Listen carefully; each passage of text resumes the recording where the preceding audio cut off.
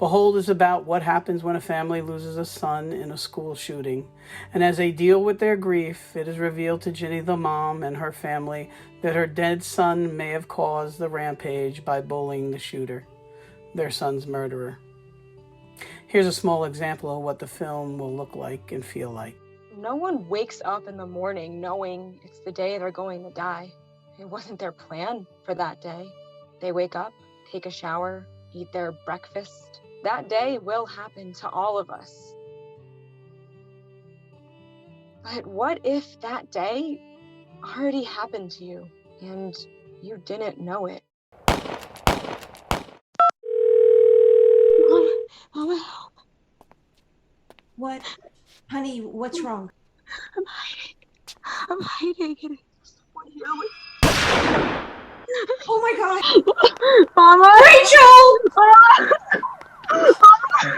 School shootings are a born and bred American problem, and this story needs to be told in a rural American town. Montana offers a 20% transferable income tax credit on production expenditures in the state, with additional amounts that can increase the credit up to 35% of the production company's base investment in the tax year. I have broken down the script, and there are 3 important locations that are needed. 1 is a high school football game at night. There are 4 high schools, and we could shoot in the stands during a real game. I want to use the We Make Movies smartphone studio system to educate anyone that wants to film the football game that night.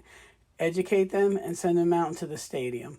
I'm positive they will come back with amazing footage. The next scene or shot would be the hillside with the 7 crosses on it. Ginny, the mom in the story, has to climb that hill and tear down the cross that represents the killer of her son. Well, all we need is permission to work on that hill and a trip to Home Depot. These pictures are the real crosses. The rest of the film can be shot in or around the house. The house can serve a twofold purpose.